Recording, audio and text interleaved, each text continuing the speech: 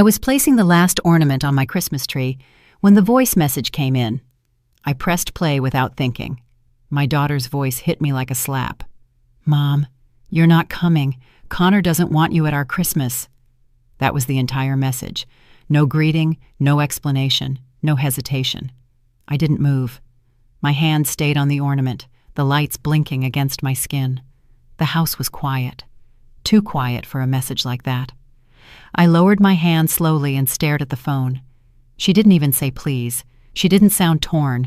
She just delivered information like I was a package being rerouted. I pressed the phone to my palm. My voice was steady when I whispered to the empty room. "So that's how it is." I walked to the table where my receipts were still spread out. The ink on the last one, the final payment on their new house, was barely dry. I had signed it that morning, thinking I was securing their future. I picked up the paper. It felt heavier than it should. I had paid off the deposit. I had helped with their furniture. I had covered the inspection fees. I hadn't expected gratitude every day, but I never expected a dismissal this clean. I set the paper down and hit play again, not because I needed clarity, but because tone reveals truth. "Mom, you're not coming. Connor doesn't want you at our Christmas." Her voice didn't shake. It didn't sound forced. It sounded practiced. I sank into the chair. My mug of hot cocoa sat untouched beside me. I looked at the lights on the tree. They reflected faintly in my eyes as I inhaled slowly. I didn't cry. I didn't call her back. I didn't ask why. I let the silence settle. My daughter had chosen convenience over connection. She had chosen his comfort over my presence. And she had chosen to speak those words on the same day I finalized the biggest financial gift I had ever given her. The timing wasn't an accident. It was permission. Permission for me to see the truth without excuses. The phone buzzed again. Another message. "Mom, it's better if you don't come. Please don't ask me to explain." This time, she sounded tired. Not guilty. Just tired. Like I was a task she wanted to finish. I looked at the message, then at the tree, then at the folder of payments. 10 years of helping them quietly, 10 years of stepping in, 10 years of believing things would warm up eventually. And now, one line erased every effort. I stood up and walked to the window. Snow was piling along the railing outside. The cold pressed lightly through the glass. My fingers tapped once against the window frame. I spoke out loud, slow and controlled. "You don't want me there." Noted. I turned away from the window. My decision didn't come from anger. It didn't come from hurt. It came from clarity. Clean, sharp clarity. If I was not welcome, then neither was my support. My phone rang. Isabella's name flashed across the screen. I let it ring until it stopped. A new text arrived. "Mom, don't make this difficult. Connor just wants a quiet Christmas. Let's talk later." A quiet Christmas. I almost smiled. They wanted a quiet Christmas, but they never noticed how quietly I had been holding everything together for years. I picked up the mug of cocoa at last. The warmth steadied me. I took one sip, then set it down and spoke softly to the empty room, the tree lights blinking behind me. "All right, Isabella. You've made your decision." I pressed my thumb to the power button on my phone and turned the screen dark. The house felt still, but not empty. Not this time. For the first time in years, I felt something settle inside me, something firm and calm. I looked at the stack of receipts again. "You don't want me," I murmured, "but you want everything I provide." The difference was suddenly clear. I walked back to the tree, touched one of the ornaments she made in kindergarten, and let my hand fall to my side. "Christmas without me," I said quietly, "means without my help too." The room didn't echo. It didn't need to. I reached for my laptop. My movements were steady, precise. There was nothing to reconsider, nothing to debate, nothing to negotiate. They had sent a message, and I was about to send mine. I woke up early the next morning with a heaviness that felt familiar. Not the kind that destroys you, the kind that reminds you this isn't the first time you've been disappointed. I walked to the kitchen, turned on the light, and saw the stack of receipts still sitting on my table. 10 years of help, 10 years of excuses, 10 years of watching my daughter slip further away from me. I sat down and pulled the first receipt off the pile. A rent payment from years ago. Isabella had called late at night. "Mom, we're short this month. Connor says he'll fix things soon. Can you help us this time?" I remembered my answer. "I'll transfer it tonight." She didn't thank me. She just sighed with relief. I placed the receipt aside and grabbed the next one. A mechanic bill. I could still hear her voice. "Mom, the car won't start. Connor says the warranty expired. I can't miss work. Can you?" I showed up at the garage before she did. I paid before she finished explaining. She hugged me quickly and left. Not a word after that day. Then came the utility bills. Winter, cold, a shut-off notice. "Mom, we didn't know it was overdue. Can you cover it just this time?" Just this time. It was always just this time. I stared at the pile. Every sheet looked the same. Different dates, same story. I whispered, "You never stopped asking." And I never said no. I reached for the furniture invoice. I remembered that day perfectly. Isabella running her hand along the dining table she wanted. "Mom, this one is better, more stable." Connor stood behind her, nodding like a proud expert. "It's the practical choice," he said. Practical for who? I paid for it while he scrolled through his phone. I kept flipping through the papers. Dentist bill, car insurance, emergency plumbing repair, groceries, even their internet once, because Connor forgot. Every time she called, I answered. Every time she needed money, I wired it. I told myself I was helping her build a better life. I didn't realize I was carrying a life she refused to build herself. I leaned back in my chair. The kitchen was quiet. The only sound was the hum of the refrigerator. I opened an old photo album. Isabella in her cap and gown, me standing beside her, holding her diploma like I had earned it too. Her smile was real then. Her eyes were softer. I whispered, "Where did that girl go?" Back then, she didn't look over her shoulder to see if Connor approved her words. She didn't filter herself. She didn't apologize for having her own opinions. I closed the album and took a slow breath. Last Christmas came back to me. I remembered walking into her house with cookies and gifts. Connor stared at me the entire evening. Isabella hugged me quickly, then pulled away the moment he stepped closer. He said, "We want a simple Christmas this year, nothing big." I replied, "I just wanted to spend time together." He didn't answer. He didn't need to. Isabella was already watching him for direction. When I left, she didn't walk me out. She just waved. That was the night I understood something I didn't want to believe. She wasn't living with him. She was living under him. I picked up another receipt.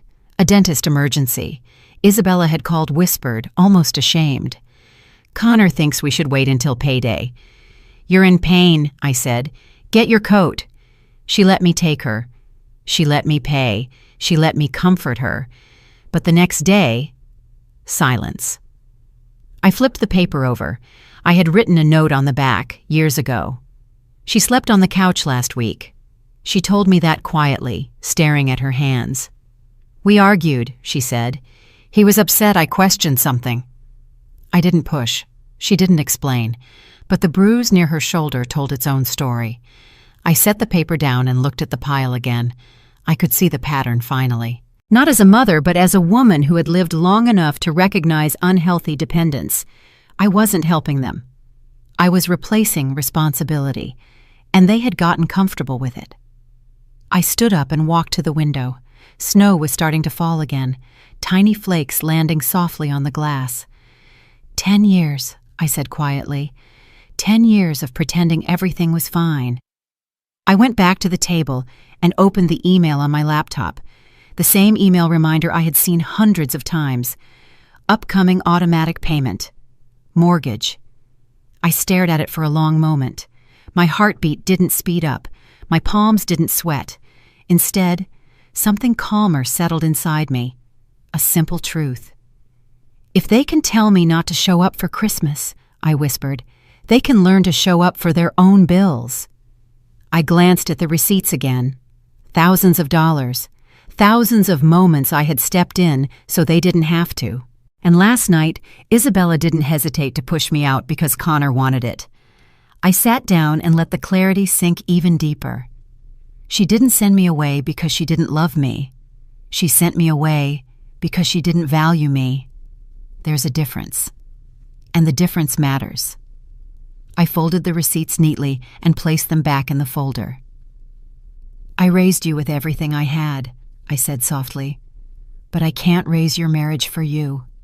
My phone vibrated again. A notification for the mortgage draft. It ends today, I whispered. The years of quiet hurt had built a wall I could no longer step over. I woke up before sunrise and sat on the edge of my bed. The house was quiet. My phone was still turned off. I didn't rush to check it. I didn't need to. I knew exactly what was waiting. Missed calls, long messages, explanations that meant nothing. I walked to the kitchen, poured myself a glass of water, and stood there for a long moment. The decision I had to make wasn't loud. It wasn't dramatic. It came in clean and simple. I wasn't going to call her back. I wasn't going to ask why. I wasn't going to negotiate my place in her life. I turned my phone on. The screen lit up instantly. 17 missed calls, messages, voicemails, all from Isabella. I clicked none of them. Instead, I opened my email. The mortgage draft was scheduled for the next morning. The amount was large enough to make anyone sweat, anyone except the people who had gotten used to me catching them before they hit the ground. I stared at the screen. My finger hovered over the automatic payment settings. For the first time in 10 years, my hand didn't shake. I whispered, "If I'm not part of your home, I won't pay for it." I moved the cursor. Edit automatic payment. A small window popped up. Deactivate? I pressed yes. The confirmation page loaded slowly, like it wanted to make sure I had time to reconsider. But there was nothing to reconsider. I pressed confirm. One click, 10 years undone. I exhaled once, steady and calm. No regret, no guilt, just clarity. I moved on to the utilities next. Water, electric, gas, internet. All in my name.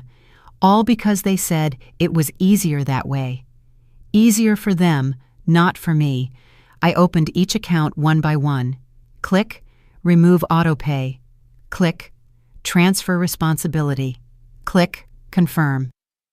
I kept going until every tab showed the same words. Payment responsibility transferred. Autopay removed. Account holder updated. When I finished, I pushed the laptop away and rubbed my palms together. My living room felt different, lighter, like I had finally stepped out of a room I didn't belong in. My phone buzzed. A message from Isabella. "Mom, can we talk? Please don't ignore me." I didn't respond. I didn't even open it. I wasn't ignoring her. I was respecting the boundary she set. She said her husband didn't want me there. She said I shouldn't come. She said it was better this way. So I was giving her exactly what she asked for. Distance. Another message came in almost immediately. "Mom, I didn't mean it like that. Can we figure this out? Connor is stressed." I shook my head slowly. I spoke to the empty room. "Your choices have consequences. So do mine." The kettle clicked as it finished heating the water. I poured myself tea and carried the cup to the living room. The Christmas tree lights blinked softly. I sat down on the couch and watched the snow drift outside. I didn't feel angry. I didn't feel bitter. I felt awake. My phone rang again. I let it ring. Then another message. "Mom, please, at least call me back." I set the phone face down. My silence wasn't punishment. It was protection. For me. For my peace. For the part of me that had shrunk a little more every time I paid a bill she refused to look at. I sipped my tea and whispered, "If you want me gone, I can be gone." Not loud, not cruel, just true. I opened my notebook and wrote one line. "Today, I stop saving people who don't want me." I closed it gently. My decision was simple. No confrontation, no fight, no tears, just silence. And the end of a role I should never have carried alone. I sat at my kitchen table with my laptop open. The list of accounts filled the screen like a map of every place I had stepped in for Isabella and Connor. Mortgage, water, electric, gas, internet, insurance, trash service. Even their streaming subscription once, because Connor said his card was acting up. This wasn't a cut. This was surgery. I clicked the mortgage first. Deactivate autopay?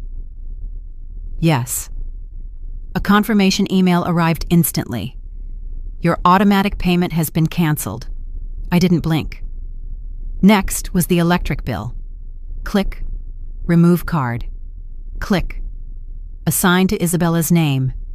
Click. Confirm. Another email buzzed. Payment method removed. Then water. Then gas. Then the internet. My screen kept flashing the same message. Action completed. I wasn't angry. I was focused. Every click was calm and clean. For 10 years I had held their life together without asking for a single thing in return. And last night, my daughter told me to stay away because her husband wanted a quiet Christmas. They wanted quiet? They were about to get quiet. I stopped when I reached the insurance page. Car insurance. I had covered 6 months for them last year. Connor had said it was a temporary setback. He always had setbacks. Isabella always apologized for them. I always paid. Not anymore. I selected remove card. Confirm. Another email buzzed. The pile of receipts next to my laptop felt different now. Not heavy. Honest. My phone buzzed on the counter. I didn't check it. I knew it was Isabella. She always called more when she needed something than when she loved someone. I opened a new tab, the trash service account. They had put it in my name because the website was confusing. I smiled to myself as I typed. Click. Remove card. Click. Transfer service. Click. Completed. I leaned back for 1 moment and rubbed my thumb against my palm. No hesitation, no second thoughts. My phone buzzed again. A message from Isabella appeared on the lock screen. Mom, please answer. Something's wrong with our electric account. It says the payment info is missing. I didn't open it. I clicked into the gas account. Same steps. Remove, transfer, confirm. Another message popped up. Mom, it says the water bill is overdue. Did the system glitch? Can you check from your side? I closed the laptop for a moment and picked up my mug of cocoa. I took 1 slow sip, then set it down. A third message arrived. Mom, please call me. Connor is upset. Everything is going wrong all at once. I whispered, It's not all at once. It's just everything you never handled. I reopened the laptop and clicked the last tab, Utilities Binder Backup, a folder I kept for emergencies. I downloaded everything into a new folder labeled Documentation. I saved every cancellation receipt, every transfer confirmation, every screen grab, not to hurt her, to protect myself from the story they would tell when their world collapsed. My phone rang. I let it ring. Then a voicemail, then another, then a text. Mom, are you doing this? Please tell me you're not doing this. I stared at the screen. My silence spoke louder than any argument she expected. Another text came quickly. Connor is furious. He says this is your way of manipulating us. Manipulating them? After a decade of carrying them on my back? I whispered. No. This is me stepping out of the way. I stood up, walked to the kettle, and refilled my cup. The sound of water boiling was the only noise in the house. When I came back, my phone buzzed again. Mom, what are we supposed to do? These bills are huge. We don't have this kind of money right now. I placed the phone face down. I wasn't cruel. I wasn't punishing her. I was ending the role she forced me into, the role she dismissed the moment Connor snapped his fingers. My laptop chimed with one last email. The mortgage company, your payment authorization has been removed. Future payments must be made by the primary residence. Good. I shut the laptop and wiped the table clean. The room felt plain but steady. Another message came in. Mom, if this is about last night, I didn't mean to hurt you. Connor just wanted space. Please don't do this. We're begging you. Begging. They only begged when they were cornered. I picked up the phone, unlocked it, and typed 2 words. I understand. Then I put it down again. No explanation, no comfort, no apology, just acknowledgement. If she didn't want me at her Christmas table, she wasn't entitled to my bank account. I walked to the window and watched the snow falling outside. Everything looked peaceful, quiet. This was the clean break I should have made years ago. Supporting someone who refuses to stand on their own isn't love, it's slow drowning. And I was finally stepping out of the water. My phone buzzed again, harder this time. Then again. 3 calls from Connor, 1 from Isabella, all unanswered. I whispered, "You wanted independence, here it is." I turned the phone off and placed it gently on the table. The full cutoff was complete. I woke up the next morning knowing exactly what was coming. People respond quickly when money disappears, especially people who depended on it without admitting they depended on it. I made my tea, opened the curtains, and watched the snow covering the yard. It was quiet outside, the kind of quiet that comes right before something breaks. I sat down on my couch with my tea. My phone was still turned off. I wasn't in a rush to turn it on. Peace has a sound, and it was the only sound I wanted for a few more minutes. After a long sip, I finally pressed the power button. The screen lit up like a fire. 32 missed calls, 18 voicemails, more messages than I cared to count, all from Isabella and Connor. I didn't open anything. I let the notifications stack at the top of the screen. I knew what they said before reading a word. I stood up, walked to the kitchen, and put my mug in the sink. The phone buzzed again, then again, then again. The storm had started. I sat back down and whispered, "Let it come." The first message preview appeared. "Mom, something is wrong with the mortgage website." "Did you change something?" I didn't respond. Another one came immediately. "Mom, the electric bill says account holder updated. Why would it say that?" Then another. "Water bill just sent us a warning email. What's happening? Please call." I turned the phone face down. I walked to the window again. Snow falling. Street empty. My breath calm. I didn't feel guilty. I didn't feel cruel. I felt free. The phone buzzed again. "Mom, Connor is upset. He says the gas bill was declined. I don't understand. Can you check on your end?" I said softly. "There is no my end anymore." I sat back on the couch and picked up my notebook. I wrote one sentence. "I respond when I choose, not when I'm needed." The phone buzzed harder this time. A call. I let it ring out. Another call. Then another. Then a voicemail came in. I put it on speaker but didn't say anything. Isabella's voice was shaky. "Mom, everything is shut off. I don't know what's going on. Please answer me, please." I turned the volume down and breathed slowly. It hurt hearing her panic, but not enough to undo my decision. A second voicemail arrived right after. "Mom, Connor is angry. He says you're doing this to punish us. He says this is emotional abuse. Why are you doing this?" I whispered. "You told me not to come. You made your choice." I didn't touch the phone again. I walked to the kitchen, opened the window, and let the cold air in for a moment. It felt clean. Another message buzzed behind me. "Mom, we can't afford all these payments at once. You know that. Why would you do this right before Christmas?" Right before Christmas? They told me to stay away. They told me I wasn't wanted. And now Christmas mattered again? I closed the window and wiped my hands on a towel. The phone buzzed nonstop now. A mix of Isabella's panic and Connor's anger. "Connor, put the payments back. This is insane. You're ruining our holiday. This is your responsibility. Fix it." My jaw tightened at the last one. My responsibility? I sat down again and whispered, "You're grown adults. Pay your own bills." My phone buzzed again. Isabella. "Mom, please pick up. I'm scared. Everything is in our name now. We don't have enough money." I put a pillow behind my back and watched the snow falling outside. Her fear wasn't new, but it was the first time she wasn't using mine to cushion it.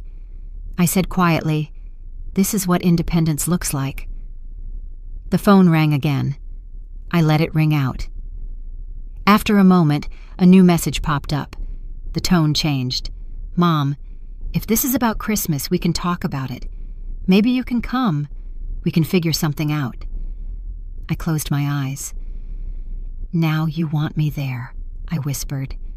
"Not because you miss me, because you miss what I pay for." I stood up and walked to the back of the house. I opened the door to the small storage room where I kept my woodworking supplies. The smell of wood and varnish grounded me. I pulled out a small box of sandpaper and held it in my hands. I had neglected my hobbies for years because every crisis she had became my emergency. Not anymore. I placed the box on the workbench and returned to the living room. The phone buzzed again. Another voicemail, this time from Connor. "Listen," he said, voice clipped. "You need to stop whatever you're doing. Isabella is crying. The baby bills are stacking. You knew we were counting on those payments. Why would you cut everything without warning? This is childish." Childish. He used that word on the wrong mother. I said softly, "I raised a daughter. I'm not raising a grown man." My phone buzzed again, faster this time. A string of texts came in all at once. "Mom, please. Everything is overdue now. I can't fix all this by myself. Connor is yelling. Please answer. Please." I sat down, picked up my mug of tea, and held it between my palms. The warmth settled into my fingers. I took a slow sip. For the first time in years, I didn't feel responsible for the mess. They built it. They ignored every warning. They treated my help like something they were entitled to. And now the storm they created was finally theirs to weather. I turned the phone face up again and spoke to the empty room. "You didn't want me in your home. Now you get to live without the parts of me you used." I placed the phone down. I didn't block them. I didn't answer them. I didn't soothe them. I just waited. And I was finally on the outside of it, watching it hit the people who caused it. My phone exploded the moment I set it on the table. Calls, messages, voicemails, all stacking faster than the snow falling outside. I didn't pick up. Not yet. I poured myself another cup of tea and sat on the couch. The storm had arrived exactly the way I knew it would. Loud, panicked, chaotic. Not because they missed me, but because the bills finally reached the people who were supposed to pay them. The phone buzzed again, then again. Then it rang so hard the entire table vibrated. I let it go to voicemail. A second later, the notification popped up. Isabella's voice cracked through the speaker. "Mom, please answer. The mortgage payment bounced. They're saying the account holder changed. Did you do this? Please, I'm begging you. Connor is screaming. I don't know what to do." Her breath shook between the words. I didn't say anything. I didn't even move. Another voicemail came in, angrier this time. "Connor, what the hell is going on? Why are all the bills suddenly in our name? This isn't funny. Fix it." Fix it. The entitlement in his voice didn't surprise me. It just confirmed something I had ignored for years. He never saw me as family, only as backup. I muted the phone and leaned back. I waited. It rang again, screen lighting up with Isabella's name. I let it ring. It rang again and again. My silence must have scared her because the next message came fast and shaky. "Mom, please. I'm trying to calm him down. Everything is falling apart. The electric bill is overdue, the water bill too. They're talking about fees. Why would you do this to us right now?" Right now. That part made me laugh, quietly and without joy. "Last night," she said, "don't come. Connor doesn't want you here." But now, right now, mattered because the bills landed where they belonged. I turned the phone face up and waited. It didn't take long. Another voicemail. Isabella's voice broke completely. "Mom, he's blaming me. He says this is all my fault. He says you're using money to control us. I'm scared. Please pick up." I closed my eyes for a second, not because I doubted my decision, but because I recognized the sound of someone finally facing the life they built with the wrong person. I opened my eyes and spoke softly to the quiet room. "You chose him. Now you see him." The phone rang again, an unknown number. I didn't answer. Then a text came in from Isabella. Mom, I didn't know he'd react like this. Please don't leave me alone in this. I can't get him to calm down. He says we need the money now. The word now was capitalized. That told me everything. Connor had never cared about me. He cared about my wallet. Another call, this time a long one. It rang for a full minute. I let it ring. When the voicemail came in, I listened. Connor again. You think you can walk away after all these years? After everything you set up? You created this system. You. And now you're backing out? Put the payments back or I swear. I stopped the message there. Threats don't move me. Not from him. Not from anyone. Another message from Isabella arrived, almost immediately. Mom, please ignore what he said. He's just angry. I didn't mean to hurt you. I just said what he wanted last night. I'm sorry. Please pick up. There it was, the slip, the truth. I just said what he wanted. I whispered, so you threw me out to keep him calm. The phone vibrated again. Another voicemail. This time, Isabella was sobbing so hard she could barely speak. Mom, I can't do this. Everything is hitting at once. Mortgage, gas, power. I didn't know they were this expensive. I feel sick. Connor is yelling and I can't think. Please, please call me. I need you. I rested my hand on my chest, not out of pain, out of clarity. She didn't need me. She needed my resources, and she never separated the two. I stood up, walked to the window, and watched the snow piling higher. The silence outside felt like a new beginning. The phone buzzed again. This time, Connor texted, "You're destroying this family." I shook my head. I typed one single line back. "I'm not destroying anything. I'm stepping out." I didn't wait for a reply. I didn't need one. Seconds later, Isabella's name lit up again. I let it ring. Then a new message dropped in. "Mom, if you don't help us, we will lose everything," I whispered. "Then face it. Together." They wanted a life without me. Now they were living it fully. No more training wheels, no more safety net, no more last-minute rescues. The meltdown wasn't my crisis. It wasn't my responsibility. It wasn't my life. I sat back down, picked up my tea, and took another slow sip. I had waited years for my daughter to grow up, and I realized she never had to, because I never let her. Another voicemail came in. Quiet. Soft. Barely audible. "Mom, please. I don't know what to do." For the first time all morning, I answered out loud, not to her, but to myself. "You start by handling what's yours." I turned the phone off. The storm had reached its peak, and for the first time in a decade, it wasn't raining on me. I turned my phone back on later that afternoon, knowing exactly what I would find.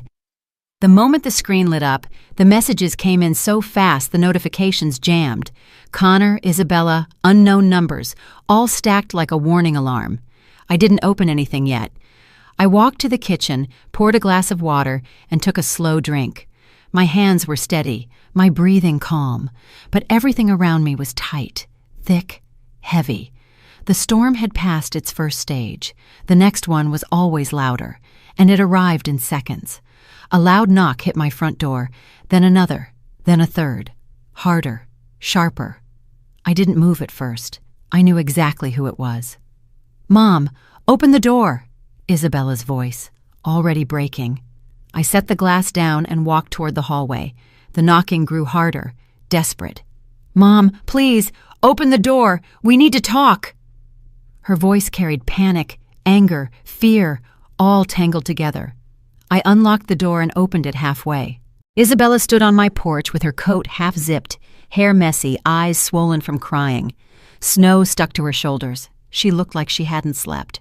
Behind her, Connor paced on the walkway, jaw clenched, arms shaking from cold or rage.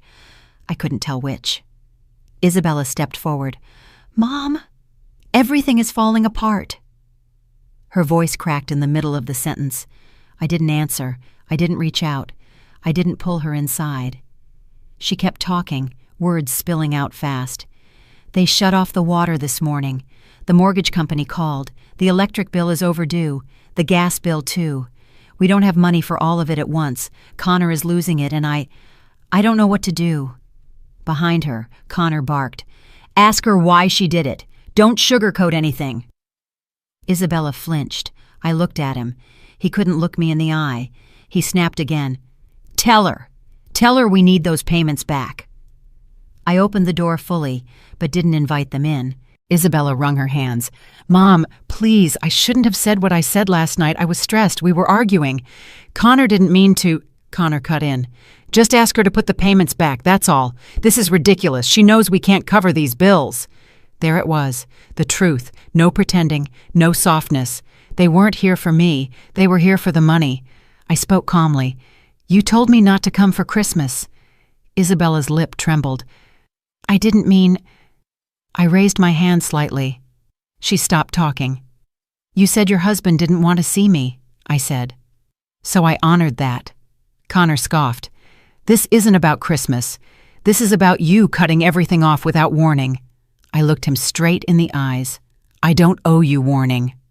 His jaw locked. He took a step forward like he wanted to intimidate me.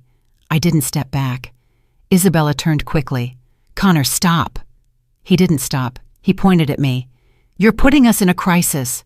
We have no water, no gas, the mortgage is past due. This is abuse." I felt nothing. No fear, no guilt, no heat. "Pay your bills," I said quietly. Isabella's knees almost gave out. She held onto the railing. "Mom, we can't. Not all at once. We don't have enough this month. Connor hasn't been paid yet. My hours got cut. Please, just help us this time. Just this time." Just this time. The same line she had used for 10 years. I shook my head once. Connor exploded. "So that's it? You're going to stand there and watch us freeze? You think cutting everything will teach us something? You're ruining our lives." I answered evenly. "No, I'm giving you your own life back." Isabella wiped her face with her sleeves. "Mom, I'm begging you. I know I messed up. I know what I said last night hurt you. I'm sorry. Just please, please help us." Her voice broke so hard the words almost fell apart.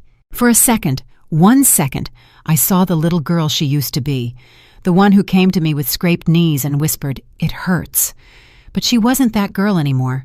She was a grown woman standing on my porch, only because the safety net she abused was gone. "I can't keep solving problems you create," I said softly. She shook her head, crying harder. "So you're just going to leave us like this?" I answered, calm and clear. "I'm not leaving you. I'm leaving the role you forced me into." Connor stepped forward again. "Put the payments back, right now. I'm done playing nice." I held his stare. "I'm not afraid of you." He froze. I continued, "And your anger is not my responsibility."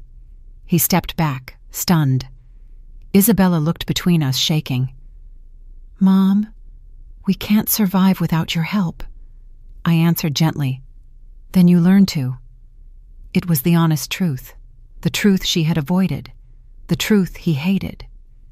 Isabella's voice dropped to a whisper. "Please don't make us go home like this." I spoke quietly. "This is your home, your life, your marriage, your bills, your decisions." I placed my hand on the edge of the door. "You told me I wasn't wanted," I said. "Now you're living in a world where I listen." Before either of them could speak, I stepped back and closed the door. Not slammed, just closed. Their panic stayed on the porch. My peace stayed inside. I locked the door and whispered to myself, "They're cornered, but I'm finally free."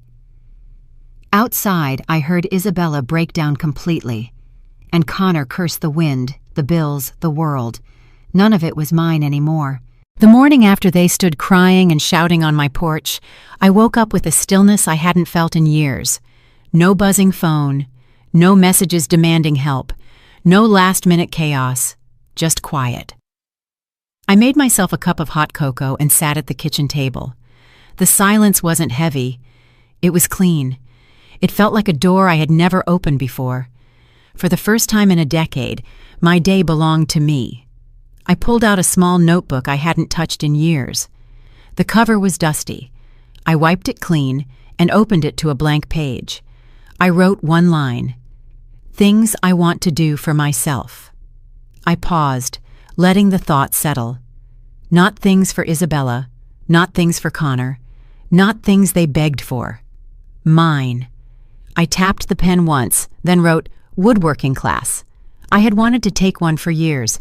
I used to watch videos about carving, sanding, building shelves, but every time I thought about signing up, a crisis hit. A late bill, a broken car, a disconnected utility, a marriage fight they dragged me into. I pushed the notebook aside and opened my laptop. I searched for classes. Found one, beginner level, Tuesday and Thursday mornings. I clicked register before I could talk myself out of it. A confirmation email came instantly. I said quietly, "Good." I checked the clock. It wasn't even 9 a.m., and I had already done something for myself. The feeling was strange, light, almost unfamiliar. Not excitement, but relief.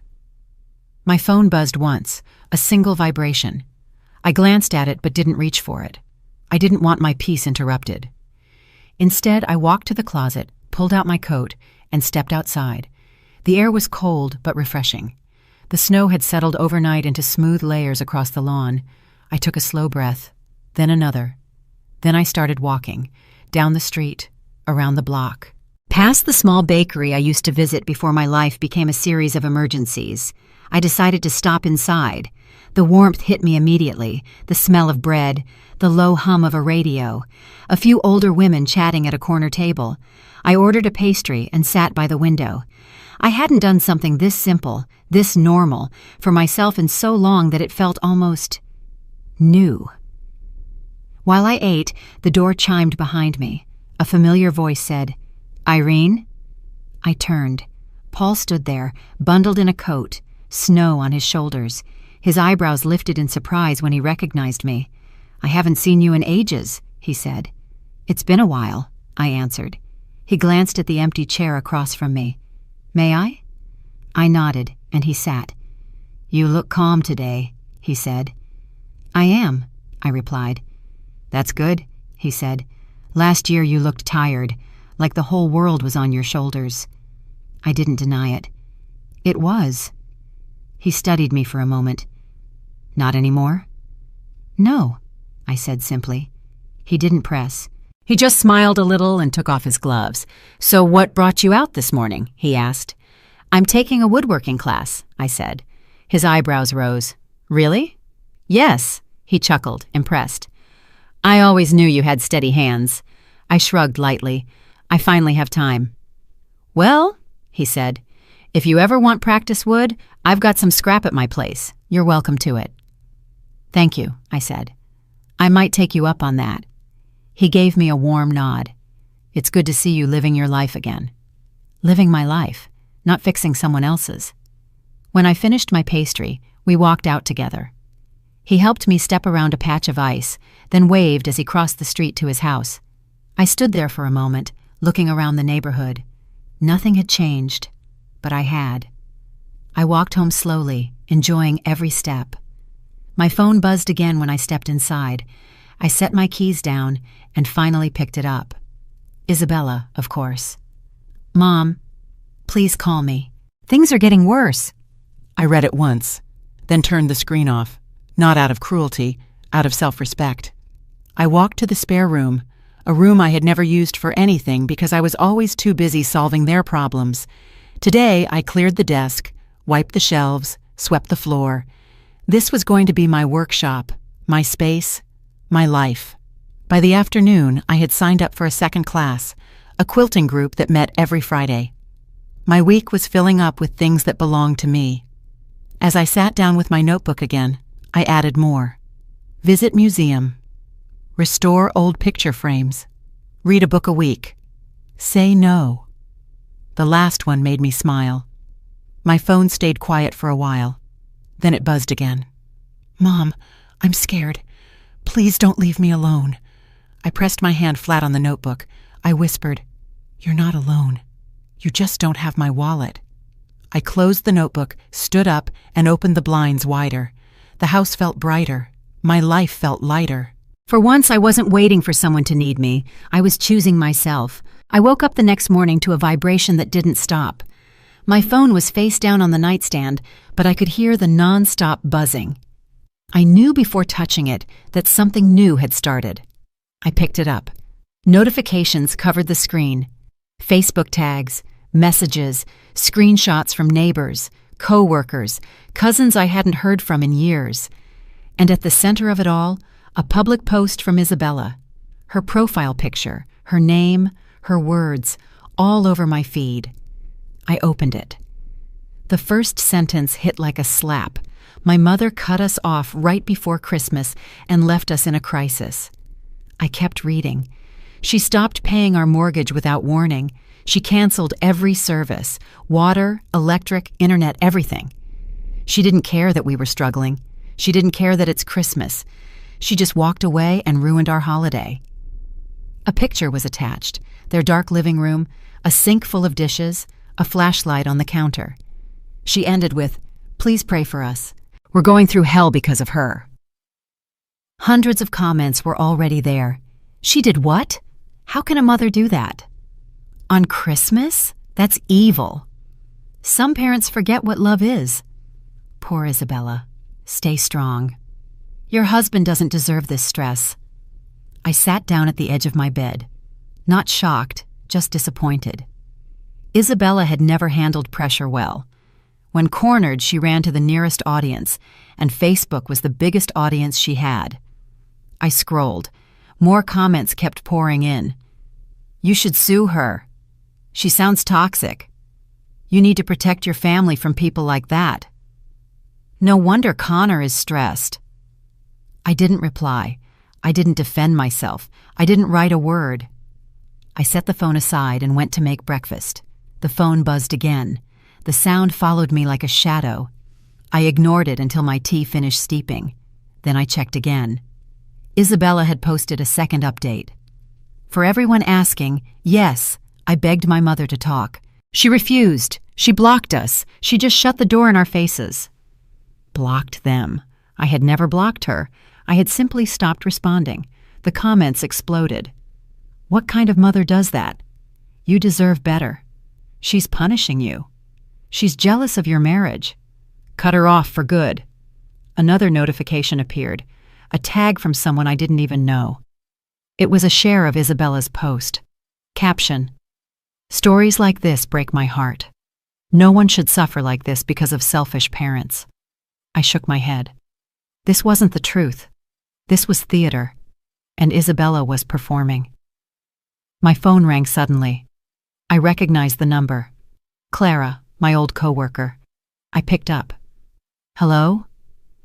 "Irene, are you okay?" she asked. Her voice was sharp, concerned. "Did you see Isabella's post?" "I saw it." "Is any of it true?" "Some of it," I said. "Not the way she wrote it." Clara sighed. "People online are tearing into you. I wanted to check on you before I believed anything." "I'm fine," I said. "Thank you." "If you need anything, call me," she said. "And Irene, you don't owe strangers an explanation." "I know." I hung up. But the calls didn't stop. 2 from neighbors, 1 from my cousin, 4 messages from church members. Everyone wanted to know my side, but they were already forming opinions. That was the power of a public post. One story replaced the truth. By noon, Isabella had posted again. "My mother abandoned us because of one argument. She said she doesn't want to be needed. She turned her back on her own family." Another photo, Isabella crying in her car. The comments multiplied. "You poor thing. She doesn't deserve you. You're better off without her. You need to protect yourself and the baby." Baby? There was no baby. Connor must have added that part. I put the phone down. I went to my woodworking workspace and sanded a piece of wood until the edges were smooth. The rhythm helped drown out the noise. But when I returned to my phone, Isabella had posted a 4th time. This one was worse. "I grew up thinking my mom loved me. Now I see she only loved control." And underneath, "She ruined our Christmas." The comments turned aggressive. "She's a monster. She sounds narcissistic. Irene needs therapy. You should cut her off permanently. Call the police if she keeps harassing you." Harassing them? I hadn't contacted them once. My hands stayed steady. No shaking, no panic. This wasn't new. Isabella always needed an audience to validate her feelings. Connor encouraged it. Still, the volume of attention was suffocating. My phone buzzed again. Another tag. Someone wrote, "Moms like this destroy families." I stared at the screen for a long moment, then set it gently back down. I wasn't angry. I wasn't hurt. I wasn't surprised. This was the explosion that always happens when people used to being rescued finally hit the ground. I went back to my kitchen and poured myself water. I drank slowly, letting the cold settle me. Then I said out loud, "Let them talk." I hadn't said my side, not yet. And I wouldn't speak in anger. I would speak in fact. The truth didn't shout. It waited, and I had every screenshot, every voice message, every receipt. They wanted the world to watch? The world would, but not the way they expected. I walked to the kitchen, turned on the kettle, and let the phone buzz on the counter. I didn't rush. I didn't panic. I let the noise fill the room while I made tea the same way I always did. 1 spoon of cocoa powder, a little milk, hot water, slow stir. Only when the kettle clicked off did I pick up the phone. The first thing I saw was Isabella's latest post, her picture at the top, her dramatic caption beneath it. "My mother ruined our Christmas. She left us without water, gas, or power. She put us through hell and won't even talk to us." There were already hundreds of comments. "She's cruel. She sounds abusive. No mother should act like this. You poor thing. Stay strong." I didn't react. I didn't open the comment section. I didn't write anything back. Instead, I opened a folder I had created days earlier. Documentation. Every receipt, every voicemail, every screenshot, every cancellation confirmation. Everything I knew I might need someday. I scrolled through them slowly while my tea cooled. Each file reminded me of another moment I stepped in while they stepped back. The evidence didn't hurt me. It steadied me. My phone buzzed again. A message from Clara, my old coworker. "Irene, I don't want to assume anything, but have you seen what Isabella posted?" I typed back, "Yes," then set the phone down. I walked to the living room window. Outside, snow layered the sidewalk, untouched since yesterday. I watched a car drive past, the engine loud in the quiet morning, and let the calm settle. Then I returned to the table, unlocked my phone, opened Facebook, and clicked Create Post. Not dramatic, not emotional, just necessary. I typed, "Since our situation has been made public, the truth deserves clarity." Then I attached the first file, Isabella's original voice message, the one where she said, "Mom, don't come to Christmas. Connor doesn't want to see you." I listened to it once more before posting, her tone clear, cold, direct, not forced, not edited. I added one sentence below it. "This is what I received the night before I stopped payments." Then I hit post. I didn't refresh immediately. I took a sip of tea. When I finally checked the screen, reactions were pouring in. "What? She told you not to come?" That's not what she said online. She left that part out. More comments arrived every second. "This changes everything. She misled everyone." That message says it all. I didn't reply, not one word. Instead, I uploaded the second file, a full-screen recording of their mortgage account showing Isabella and Connor as primary residents, and me only as the payment method. Caption: "This is their house. These are their bills." Reactions hit faster this time. "You weren't responsible for any of this." "They lied. She made it sound like you threw them out." She's twisting the story. Then I uploaded a third file. Connor's angry text. "Put the payments back. I'm done playing nice." Caption: "This was sent after they told me not to attend Christmas." The comments exploded. "This man is dangerous. Manipulation at its finest. No wonder the mother stepped back. This is exactly what financial exploitation looks like." I set the phone down and breathed. Not relief, not victory, just truth, finally sitting in the open. My phone rang. "Isabella." I answered. She didn't even say hello. Her voice was tight, shaking. Why would you post that? Why would you put everything online like that? You went public first, I said. You shared your side. I shared facts. You're humiliating us. No, I said. You humiliated yourself when you told half the story. She went silent, but her breathing was uneven. You made everyone think I abandoned you, I continued. But you didn't tell them you told me to stay away. You didn't tell them the bills were yours. You didn't tell them Connor demanded my money. You're twisting. I posted your own words, I cut in. Your voice, your messages, your terms. She didn't speak. You made me the villain, I said calmly. You brought the world into this, and the world deserves the whole picture. I didn't think you'd actually do it, she whispered. That's the problem, I said. You underestimated me. She sniffed. Connor is furious. He says this is going to ruin us. Accountability is not ruin, I said. It's adulthood. She didn't reply. I heard her take a shaky breath. Mom, please take the posts down. People think we're lying. You left out the truth, I said. People are responding to that. She hesitated. I didn't mean for it to go so far.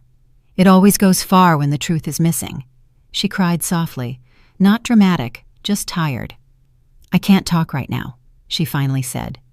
I understand, I replied. Then I ended the call. I walked to the living room, opened the blinds, and let daylight fill the space. My phone kept buzzing on the table, comments multiplying by the second. I didn't look at them. I didn't need to. I had said exactly what needed to be said. Nothing extra, nothing emotional, just evidence. The morning after I posted the truth, my phone turned into a siren. I made breakfast first, one step at a time. Toast, eggs, hot cocoa. Then I sat at the table and finally opened my phone. The first thing I saw was a message from Clara. Irene, your posts are everywhere. Everyone's sharing them. Then another. People are calling out Isabella and Connor. Hard. I opened Facebook. Hundreds of comments under my 3 posts had turned into thousands. The first thread, Isabella's voice message, had people arguing in real time. She told her mother not to come. That's the trigger. She left that out on purpose. This is classic manipulation. She used sympathy to cover up the truth.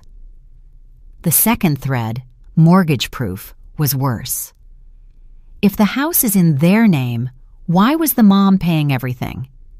She's been doing their job for them. They're adults. Step up. She didn't cut them off. She gave them their life back. The third thread, Connor's angry text, was the loudest. That guy is trouble. This man sounds controlling. No wonder the mother distanced herself. He demanded money, then blamed her? Nope. This guy is the problem. I scrolled slowly, not because it hurt, but because the clarity was sharp.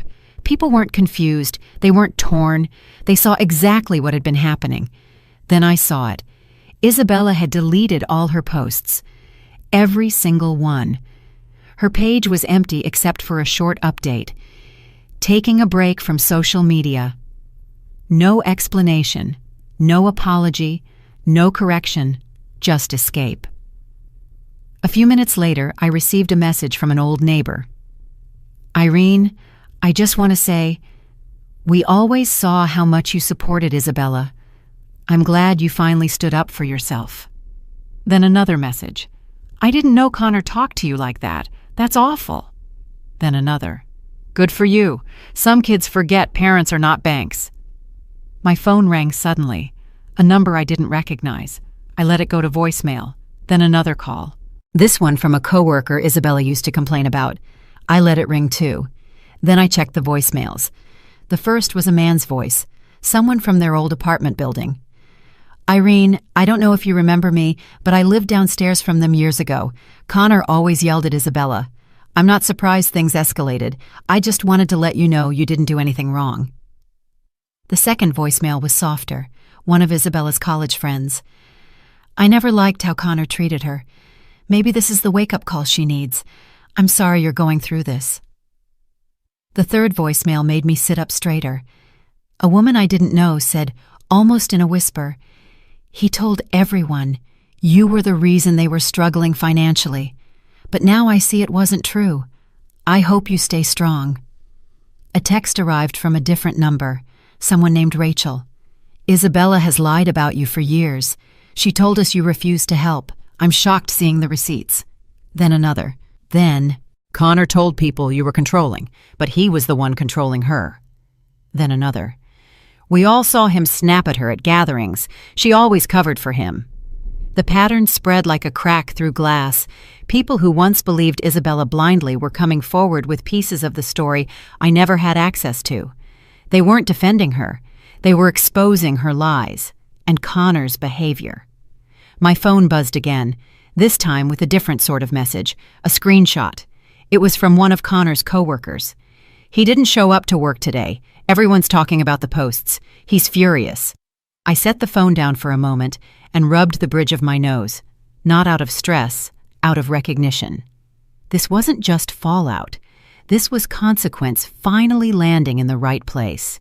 I checked my notifications again. More messages.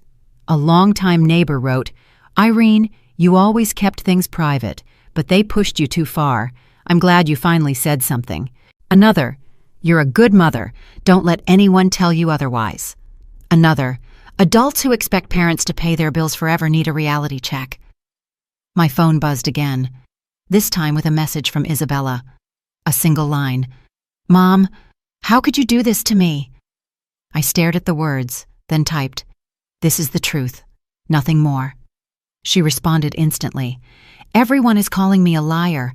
People at work, my friends, even our neighbor messaged me. You're ruining my reputation." I replied, "You wrote the story first." She didn't answer for a minute. Then, "Connor says you're trying to destroy us." I typed, "Connor is responsible for his own behavior." Another pause. Then, "People are posting about him. He's furious. He says you humiliated him publicly." I didn't hesitate. "He humiliated himself." She stopped responding. For a moment, the house was completely still. No buzzing, no ringing, no shouting from the porch, just a pause in the chaos. Then one last message came in, not from Isabella, from Connor. "You've ruined everything. I won't forget this." I put the phone down. Not afraid, not shaken, just done. I whispered, "You started the fire. I stopped fueling it." The chain reaction was complete. Their lies collapsed. Their masks slipped. Their world shook. And for once, mine didn't. The day after everything exploded online, I woke up to a house that finally sounded like mine. No buzzing phone, no knocking at the door, no shouting from the porch. Just quiet. I stayed in bed for a few minutes, letting the silence settle. It didn't feel empty. It felt earned. I got up, put on slippers, and made cocoa in the kitchen. The routine felt steadier than anything I'd done in years. No rush, no obligations. No one waiting for me to solve another crisis. I checked my phone once. 5 missed calls from Isabella. 2 from unknown numbers. No messages from Connor. I locked the screen and set it upside down. I wasn't avoiding them. I was choosing where my energy went. I sat at the table and took slow sips. The warmth helped steady the space inside me that used to tense up every time her name appeared on my phone. After breakfast, I walked to the spare room, the new workspace I had cleared for my woodworking class. The sawdust smell from yesterday's sanding still lingered, clean and sharp. I opened the window a little, letting cold air drift in. I spent the next hour organizing tools, marking shelves that needed fixing, sorting wood pieces by size. Small tasks, but they kept my mind focused on something that belonged entirely to me. The phone buzzed again in the kitchen. I didn't go check it. Instead, I pulled out a small plank and sanded the edges. Long strokes, even pressure, the kind of work that doesn't demand anything except presence. No arguments, no panic, no blame. When I finished, I wiped the table clean, stretched my back, and went to the living room. I sat on the couch, pulled a blanket over my legs, and looked out the window at the snow settling quietly across the lawn. For years, I thought peace required fixing other people. Today, peace simply required distance. My phone buzzed again. I finally picked it up. A single message from Isabella. "Mom, please talk to me." Just one message. Anything. I stared at the words. She wasn't angry now, not defensive, not dramatic, just lost. But I didn't answer. Not yet. She needed the silence more than she needed my voice. She needed space to sit with the truth she finally couldn't escape. Until she could speak without blame, without twisting facts, without Connor's voice behind hers, anything I said would become fuel for more chaos. I placed the phone face down again. Around noon, I made myself a small lunch and ate it slowly. No interruptions, no obligations, just a meal. The simple normality felt like a luxury. Afterward, I took a short nap on the couch. A deep one, the kind where your body finally trusts that it won't be startled awake by someone else's crisis. I slept for almost an hour. When I woke, the house was still quiet. It had been a long time since I slept during the day, longer than I wanted to admit. I sat up, stretched, and whispered to myself, this is what calm feels like. Calm. Later, I read a few chapters of a book I started years ago, but never finished because life kept interrupting me. Today, I finished the chapter. No one needed me halfway through it. By evening, the sky outside had turned a soft gray, and the house lights made the rooms look warmer than they had in a long time. My phone buzzed once more. I checked it without urgency. Another message from Isabella. "Mom, I'm sorry." That was all. No excuses, no blame, no rewriting, just 2 words. I didn't answer. Not out of punishment, but because apologies mean more when they're not rushed into a response. I set the phone down, turned off the lights, and walked to my bedroom. I changed into warm pajamas, got under the covers, and felt my body relax in a way I didn't think was possible anymore. 3 days passed without a single call from Connor, but Isabella called every morning, every afternoon, every night. I didn't answer, not because I enjoyed the silence, but because she needed it to hear her own life without my voice cushioning the fall. On the 4th evening, snow began falling harder, thick flakes, fast, the kind that make roads slick and streets disappear. I closed my blinds early and made cocoa, planning a quiet night. Then, around 9:30 p.m., my phone rang again. Isabella. I let it ring. 1 minute later, a voicemail notification. I didn't open it. Another call. Another voicemail. I set the phone aside and curled under a blanket on the couch. I'd learned to let my evenings belong to me, not to crisis. But at 10:12 p.m., my doorbell rang. Not a polite press, a desperate one. I sat up slowly, listening. A second ring, then pounding. Not violent, but panicked. I stood, walked to the hallway, and looked through the peephole. Isabella. Her hair was wet from snow, her coat unzipped, her eyes red, swollen, frantic. She held a small overnight bag like it was the only thing keeping her upright. I opened the door halfway. She didn't wait. She collapsed into my arms with a sound I hadn't heard from her since she was a child. A sharp, broken sob. "Mom, please. I didn't know where else to go." Her voice cracked in the middle, the kind of break that comes after days of holding everything together with shaking hands. I stepped back and let her inside. She dropped the bag near the door and covered her face with both hands, sobbing so hard her shoulders shook. I didn't touch her. Not yet. "Sit down," I said softly. She nodded and moved to the couch, sinking into it like her body finally gave up the fight. For a long moment, she couldn't talk. She just cried. Quietly at first, then louder, then back to quiet. I stood across the room and let her take the time she needed. When she finally looked up, her voice barely came out.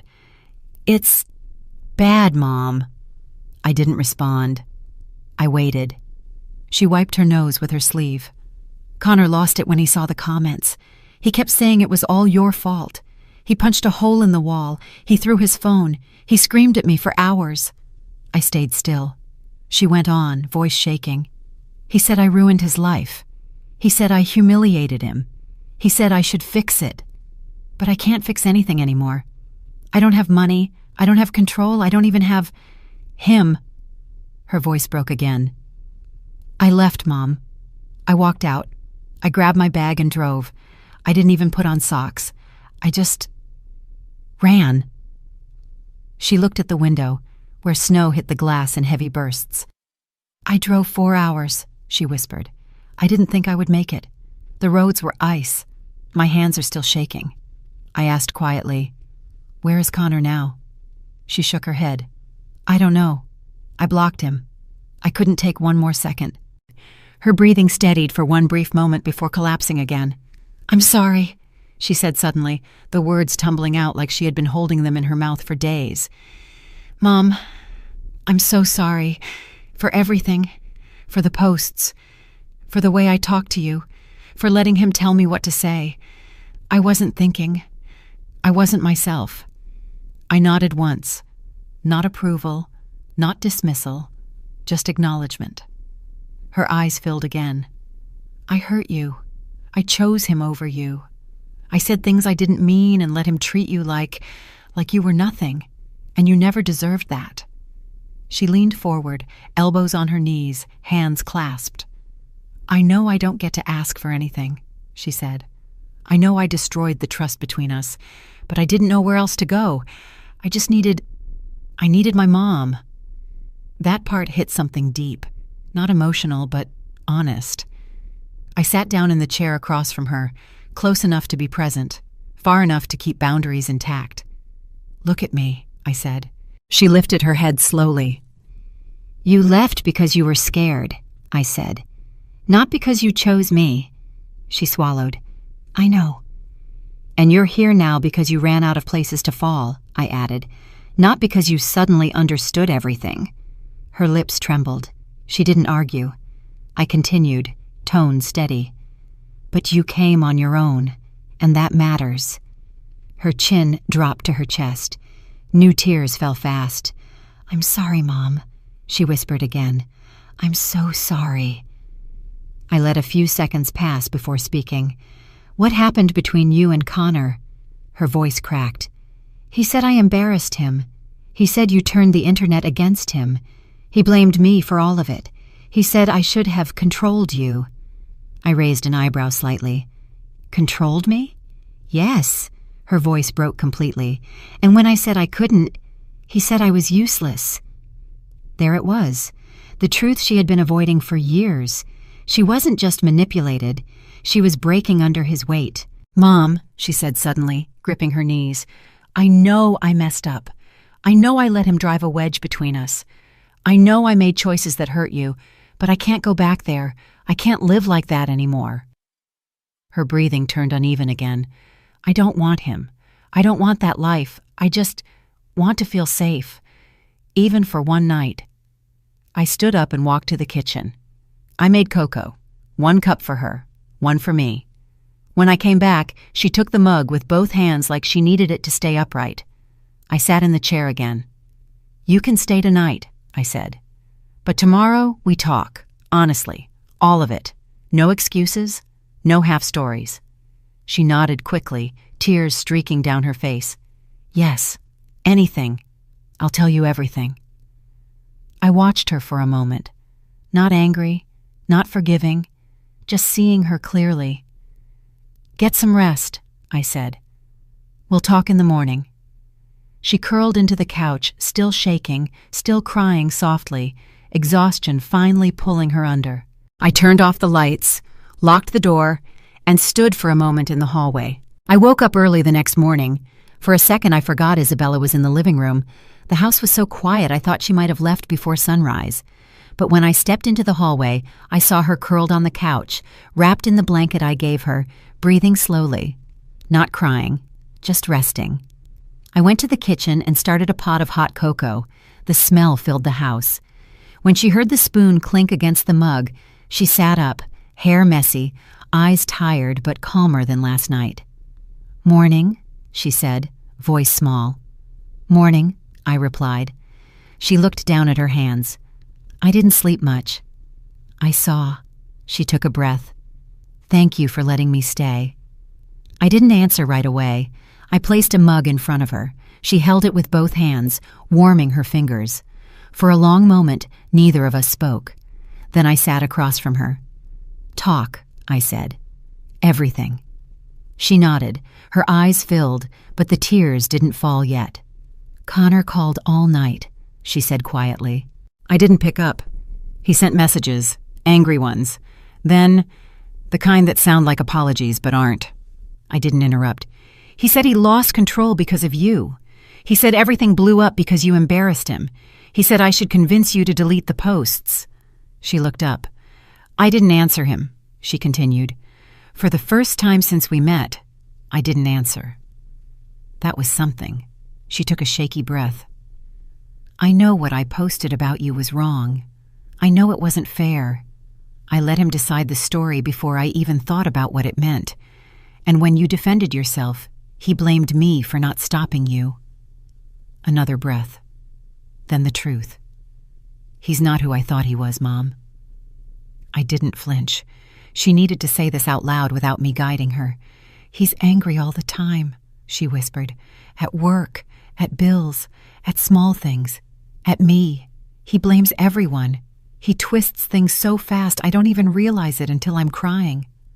The tears finally fell. I thought he just needed support. I thought I was helping him, but I wasn't helping anyone.